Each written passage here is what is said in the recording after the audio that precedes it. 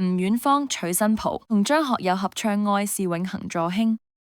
凍齡港姐吳婉芳嘅二仔胡志彤前日低調成婚。胡志彤嘅父親胡嘉華喺2017年離世，身為新郎契爺嘅歌神張學友擔起男方長輩嘅重任，穩坐主家席。曾志偉同樣現身主家席，鄭伊健同太太蒙嘉慧、唐學德等圈中好友亦紛紛到賀。喺結婚儀式結束之後，吳婉芳同學友喺台下即興合唱經典金曲《愛是永恆》。從網上流出嘅片段可見，學友歌聲一響起，已經震懾全場。吳婉芳亦都毫不怯場，唱功紮實，聲線動人，兩人默契十足，一曲唱畢更溫暖擁抱。一對新人靜靜企喺一旁聆聽，滿臉感動。58歲嘅吳婉芳身穿一身簡約優雅嘅白色晚禮服，頸上佩戴名貴翡翠珠鏈同埋同系列耳環，氣質高貴。新人顏值同樣出眾，金童玉女羨煞旁人。吳婉芳琴晚向傳媒發放多張個仔嘅婚禮照，表示感謝大家祝福，對二仔踏上人生新階段。作為母親嘅佢，衷心祝賀一對新人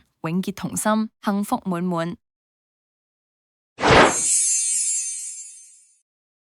譚詠麟相約飯局睇莫家淦被 foul， 鼓勵塞翁失馬，尚未定輸贏。莫家淦喺琴晚播出嘅《中年好聲音4》經典情歌之夜上半場獻唱忘不了你，只係得83分，跌入待定區。經評審們退庭商議之後，最終決定淘汰莫家淦。家淦坦言決定選唱呢首歌之後，就話俾原唱嘅譚詠麟知道，校長已經話俾佢知呢首係死亡之歌。校長今日亦都喺微博分享，琴晚同家淦、老六兄弟男團、香港明星足球隊等一大班人相約一齊睇節目。校長留言：琴晚中年好聲音4進入16強階段，我哋雖然知道莫家淦之前已經被淘汰，但我哋都相約一齊觀看，覺得佢演出尚算穩定。莫家淦整首歌演出前半部分感情投入，但略嫌後半段起伏唔夠，但係總括嚟講都能夠打動人心。其實好多家庭觀眾已經被莫家淦嘅歌聲感動，唔能夠再進一步雖敗猶榮。校長更加鼓勵家淦塞翁失馬，娛樂圈發展尚未定輸贏，加油！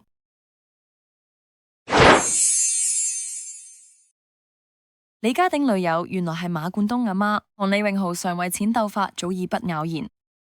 自從思明於今年3月離世之後，就爆出李家鼎同一對孖仔李永漢、李永豪嘅家庭風波。隨住細媽李永豪尋日喺社交平台晒出與鼎爺嘆茶合照，原本因為前妻離世備受憔悴嘅鼎爺，終於回復狀態，以為父子生活重歸正軌。今日就有雜誌爆料，自鼎爺嘅家庭風波亦都牽涉到同佢相戀20年嘅圈外女友 Viva， 更爆 Viva原來係無線力捧小生馬冠東嘅媽媽，並指當年馬冠東經由鼎爺引薦入行。報道指鼎爺喺2016年因阿爺廚房爆紅，工作接踵而嚟，身家暴漲，而孖仔同 Viva 對佢身家各有諗法。報道又引述知情人士指，豪仔同 Viva 早就唔咬弦，經常為錢鬥法。就早前豪仔老婆嘅語音指鼎爺趕住去提款，搞到撞車。原來係趕去提款俾 Viva， 唔係俾大媽李永漢。但有傳鼎爺同 Viva 呢段黃昏戀已經告終㗎。據報道指，鼎爺豪俾75萬蚊訂煲費，但未知二人係咪真係分手。馬冠東就傳媒查詢有關報道，佢表示唔回應。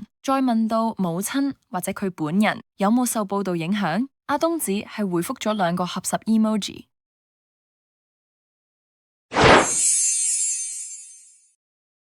丁子高對老婆愛嘅虐待，楊千嬅痛到要除鞋唱歌。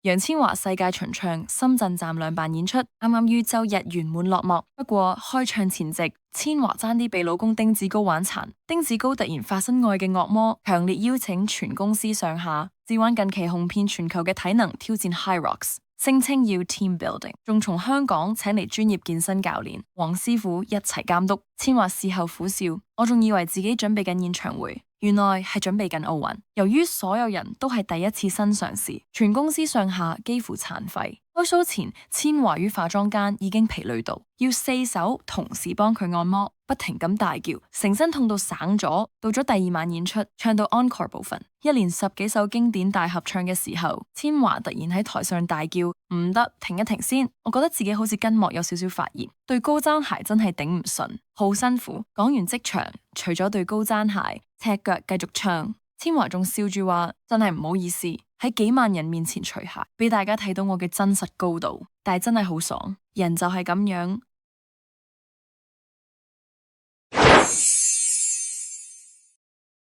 袁詠儀重提剛出道被 TVB 雪藏，自嘲年少衝動好似個神經病。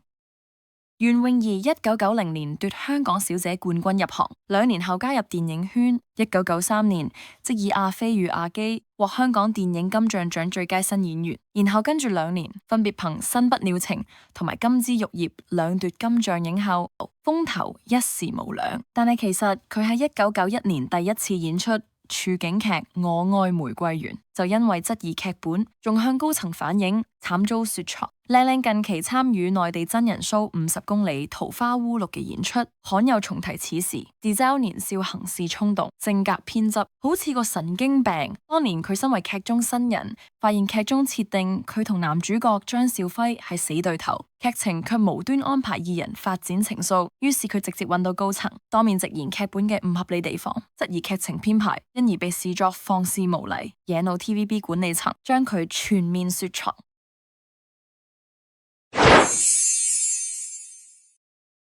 鄭丹瑞被餘真高壓政策鍛煉，陳茵含恨搞對抗，收投訴信無地自容。陳志雲主持嘅商台深夜訪談節目又係時候同一天講再見，連續2集播出鄭丹瑞訪問，回憶喺商台工作嘅日子。蛋哥指余真每日朝早9點都會召集所有嘅 DJ 開互鋤大會，形容每個人好似行咗入地獄。但余真嘅嚴格要求同高壓政策影響咗佢50年。當年佢主持阿蛋日記嘅時候，表現一塌糊塗。余真要求佢提早交歌單，並寫下歌與歌之間嘅廣告，但佢往往一眼都唔睇，只係直接叫佢刪去50字，再刪去70字。蛋哥喺1983年轉職港台，又主持上晝黃金時段節目，被調往深宵時段。佢憶述第一晚播放嘅第一首歌係長達6分鐘嘅《Lying Eyes》，其後又選播《梁祝》，更加喺夏天選播長達20分鐘嘅聖誕串燒歌。佢坦言覺得被玩，自然當時未開竅，抱住含恨嘅心態去做，直至收到一封聽眾投訴信，信封背面寫上：你唔中意做通宵節目，請你離開。蛋哥形容自己當時羞愧到無地自容，自此開竅，開始喺深宵時段製作音樂劇場版，並且將投訴信放喺寫字台上，時刻警惕自己。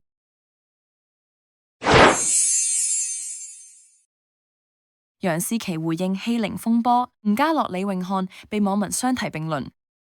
楊思琦早前應吳詠薇邀請受訪，五姑娘重提當年喺無線拍攝《翻丁一族》，目睹思琦遭演員同幕後人員欺凌。有份演出該劇嘅陳曼娜接受明週獨家專訪澄清，冇蝦楊思琦，並證實當晚現場聽到一男一女演員大聲飲鬧楊思琦，女嘅係大家都知道嘅商天娥，男嘅係一名年輕演員，並已經退出娛樂圈好長時間。曾經喺網台節目話思琦扮可憐嘅吳家樂，周一喺佢嘅節目中直言唔會為自己嘅言論道歉，又大讚商天娥係義氣仔女，然後同鄧兆尊一唱一和，叫當事人應該思考係咪自己有問題，隨即引起熱議。有另一網台節目主持開名怒罵吳家樂，更有網民將吳家樂同李永漢相提並論，恭喜兩人一齊成為全網公敵。楊思琦尋日喺社交平台上載影片，又以諧音字眼回應呢一場風波，表示感恩遇見，俾佢上咗一節又一節嘅課，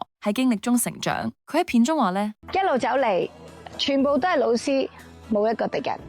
上嘅課多咗，自然會學識咩叫做仁至義盡，然後得失隨意。」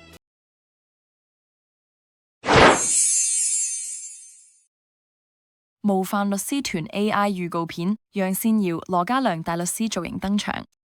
隨住今日舉行嘅2026 TVB 年終節目巡禮，正義女神前傳模範律師團嘅 AI 生成概念預告片曝光，打頭陣以大律師造型出場嘅係楊善瑤，最後就係3屆視帝羅家良登場。當中除咗高淑華、陳偉之外，新加入嘅仲有張希文、何廣沛同埋劉佩玥。另外有滕麗明，事隔多年再演正劇，劇中佢飾演羅家良嘅妻子。TVB 77工作室將影片喺微博發放之後，有位演員都以個人口號留言：楊善瑤當真相被拆解重構，法庭之上嘅每一場都係一場硬仗。何廣沛縱使前路明暗難辨，但係法理終將錨定真相。劉佩玥即使謊言編織落網，總有人為公義而戰。